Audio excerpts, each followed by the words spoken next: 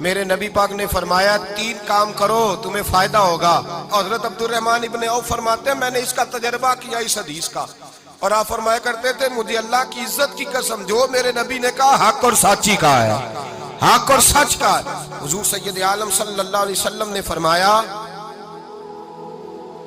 صدقہ دینے سے مال کم نہیں ہوتا. صدقہ دینے سے مال, جی کیا کرنے سے, یہ وعدہ ہے نبی پاک کا, صدقہ دینے سے پیسے. اچھا بتائے نا جی مجھے 1000 میں سے 500 دے دیا تو باقی کتنے رہ گئے؟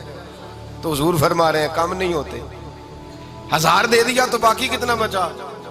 نہیں بھائی, میرے محبوب فرماتے ہیں تو اللہ کے راستے میں 1 دے وہ تجھے 700 گنا کر کے واپس عطا فرمائے گا. نبی پاک نے فرمایا صدقہ دینے سے مال کم نہیں ہوتا, اور فرمایا معذرت کرنے سے عزت میں کمی نہیں آتی. معذرت کرنے سے عزت میں کمی, اللہ اکبر, معذرت کرنے سے عزت میں کمی. اور حد کر دی میرے حبیب نے, فرمایا تو رب کی رضا کے لیے عاجزی کر, تیرے نبی کا وعدہ ہے اللہ تجھے عزت عطا فرما دے گا. تو جھک جا اللہ کی رضا, عاجزی اختیار کر, سادگی اختیار کر, سادگی عاجزی کر, تجھے اللہ 2 باتیں اس میں ارشاد, ایک معذرت کر غلطی ہو جائے, اور دوسرا پہلے عاجزی کی بات سنیں. حضرت عمر بن عبدالعزیز بادشاہ تھے, سوئے ہوئے تھے, غلام بھی پاس آرام کر رہا تھا, مہمان بھی آئے تھے. غلام کی ڈیوٹی تھی ہر وقت حضرت کے پاس رہنا. اب سوئے ہوئے ہیں, دیر ہو گئی, غلام بیچارہ تھوڑا تھوڑا اونگ آتے آتے سو گیا. حضرت چراغ روشن تھا, کچھ لکھ رہے تھے, مہمان بیٹھا تھا, خادم سو گیا. اب چراغ نہ آہستہ آہستہ گل ہو گیا, بجھ گیا. حضرت اٹھے, بوڑھے آدمی تھے, چراغ صحیح کرنے. مہمان کہنے لگے حضور میں نہ کر دوں, میں نہ کر دوں. کہنے لگے نہیں تم مہمان ہو, مہمان سے خدمت نہیں لی جاتی. تو اس نے کہا غلام کو جگائیے. فرمانے لگے ابھی تو بیچارہ سویا ہے اور نیند سے بیدار کر دوں. خود گئے, اس میں تیل دوبارہ ڈالا, بتی ٹھیک کی, جلائی, واپس آ گئے. وہ مہمان, اب بادشاہ کا مہمان بھی تو کوئی بادشاہ ہی ہوگا نا. کہنے لگا حضور آپ اپنے کام خود کرتے ہیں, کیا لفظ ہے, کیا حسن ہے, اور 2 جملوں میں کیا تاثیر ہے. آپ فرمانے لگے ہاں میں اپنے کام خود کرتا ہوں. جب میں گیا تھا تب بھی عمر بن عبدالعزیز ہی تھا, اور جب چراغ صحیح کر کے واپس آیا ہوں تو پھر بھی عمر بن عبدالعزیز ہی ہوں. میرے اندر کوئی تبدیلی آئی, میں وہی ہوں جو گیا تھا.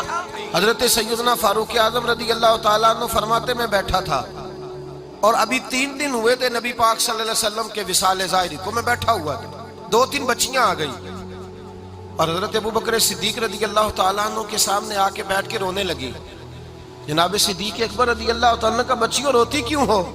تو کہنے لگے آپ خلیفہ بن گئے ہیں. جب سے ہمارے ابا کا انتقال ہوا تھا ہمارا ذریعہ معاش یہ تھا کہ ہم نے بکریاں رکھی ہوئی تھی. آپ روز آتے تھے, بکریوں کا دودھ دھوتے تھے, ہم پی بھی لیتی تھی, بیچ کے گزارا بھی کر لیتی.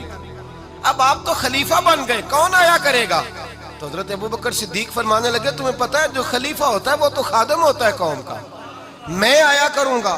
حضرت ابو بکر صدیق روزانہ اٹھتے عصر کے بعد اور جاتے, خلیفہ ہونے کے باوجود ان بچیوں کی بکریوں کو پکڑتے, دودھ دھوتے, ان کے گھر میں دے کے آتے. پہلے یہ جن کے ساتھ لڑواتے ہیں کبوتر, وہ سیٹ جو ہے کہیں اور جگہ پہ آج لڑنے کے لیے ہے, اس لیے یہ کبوتر اکیلے ہوئے ہیں. آپ جب لیں گے تو آپ کو یہ کبوتر لڑوا کے دیں گے. یہ دیکھیں دوستو,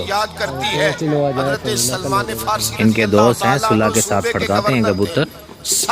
تو اب وہ آج وہ نہیں آئے, بس اسٹاپ پہ کھڑے تھے, تو آج یہ کھوکھا جو ہے اکیلے کھڑا ہے دوستو. سواریاں باندھی جاتی تھی, آج ہم اپنے زبان میں اسے بس اسٹاپ کہتے ہیں. باہر کھڑے تھے, کوئی بھی بھائی دوست لینا چاہے پسند آئیں کبوتر رابطہ کرے, نمبر میں نے شیئر کر دیا ہے. آپ خود آنا چاہیں گے آپ کو دوستو لڑوا کے دیں گے, پارسل بھجوانے ہیں, کارگو آل پاکستان میں اویلیبل ہے.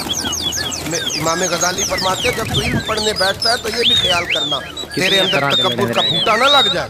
عاجزی اختیار کرنا, عاجزی, سر پہ رکھا ہوا ہے سامان. حضرت سلمان فارسی نے بھی لڑتے ہیں 15-20. اس آدمی کا مہمان کا سر پہ سامان رکھا اور جا رہے, سنو اور غور کرو. کبوتروں کا سیٹ ہے دوستو. جب جا رہے تھے جو آدمی بھی ملتا